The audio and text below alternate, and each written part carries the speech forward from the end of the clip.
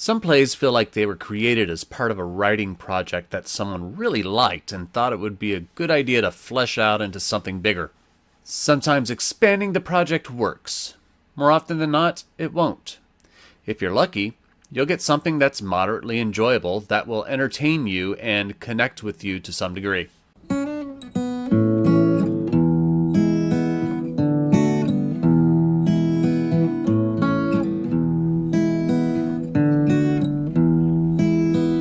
Hello, and welcome to episode 62 of One Man's Opinion, where I review professional theater across Connecticut and New York. Today I am reviewing the Roundabout Theater Company production of Birthday Candles by Noah Haidle, directed by Vivienne Benesch, starring Deborah Messing, Enrico Colantoni, and John Earl Jelks, making its Broadway and New York premiere at American Airlines Theater at 227 West 42nd Street in New York.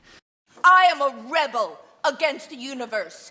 I will wage war with the everyday. I am going to surprise God. We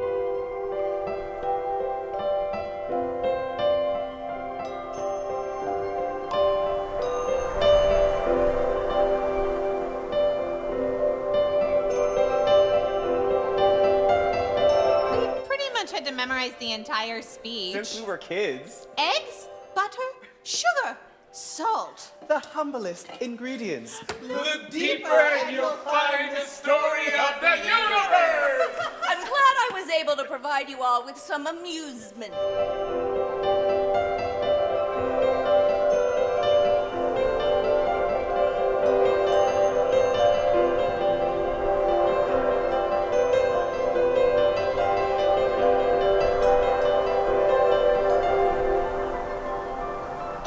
Ernestine, age 70. Oh, the decline has begun.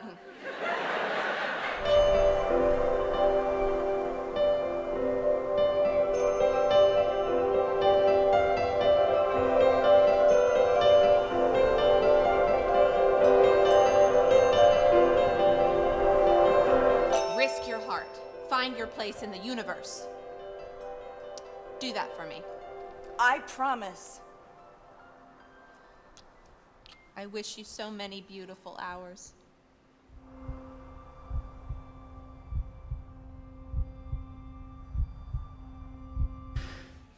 Just to make sure I'm clear here about the intro, I'm not saying that Birthday Candles did start out as a writing exercise for Noah Haidle.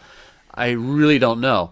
What I am saying is that it definitely feels that way. I once wrote a play that starts with 10 people, and in each scene, one of the characters walks out on the rest, leaving the last one alone and dissolute. It was a good writing exercise, but as a story, it kind of stunk. Birthday Candles feels like it was born out of a similar concept. Let's take a character, in this case, Ernestine, played by Deborah Messing, start her at the age of 17, and in 90 minutes tell her life story over the course of 90 years, with each scene happening on her birthday. It's a novel idea. Does some of it work? Yes. Does some of it not? Yes.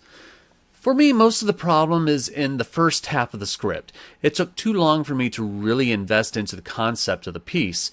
Every few minutes there's a scene change indicated by a bell that rings, advancing the story and us forward in time anywhere from a year to a decade or so.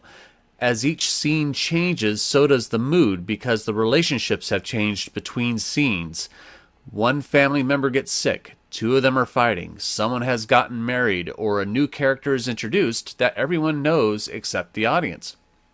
With each scene having its own identity, transitioning from comedy to drama, from romance to tragedy in a matter of minutes, can be a bit jarring. This is no discredit to the cast, who do remarkably well with what they're working with, and they turn out some great scenes in what overall feels like a 90-minute montage of a person's life. Most of the best scenes are during the more heartfelt moments, and that may be why I feel that the play got better as it moved forward, because most of the more tender moments happen later in the play, like when Ernestine comforts her daughter Madeline, played by Susanna Flood, who grows ill, or when she comforts her son Billy, played by Christopher Livingston. The night I was there, as understudy Brandon J. Pierce was on, when Billy starts suffering from Alzheimer's, and maybe a degree of Parkinson's in there as well, or when she cares for her ex-husband Matt, played by John Earl Jelks, after he's had what appears to be a severe stroke. There's a lot of humor in the play too, but a lot of it doesn't land, offering a light chuckle here or there.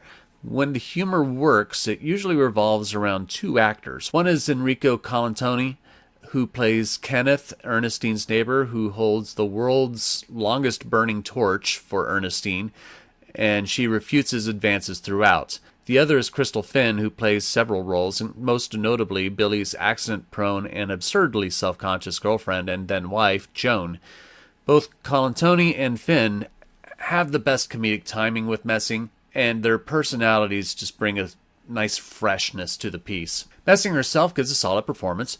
She gets better throughout, I feel. By the halfway mark, a slight Katharine Hepburn-esque mid-Atlantic accent becomes more pronounced. It's curious evolution, and I like it, and it works. The design team has done an excellent job. Christine Jones's set design and Jen Schriever's lighting design gives the kitchen dining room set a well-lived-in warmth.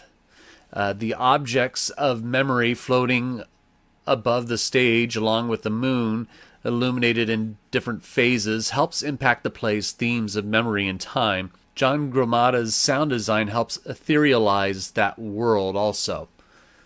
Appreciating the complexities of live theater and quickness of scene changes, I know how difficult this would have been, but I wouldn't have minded if there were appliances that updated in the set.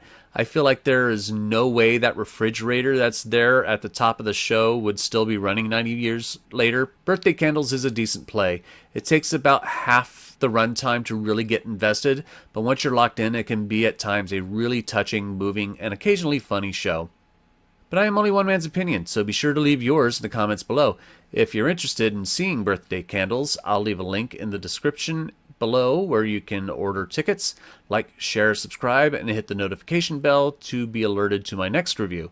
Speaking of which, the next show I'll be reviewing is Hartford Stage's production of Neil Simon's Lost in Yonkers, starring and co-directed by Marsha Mason.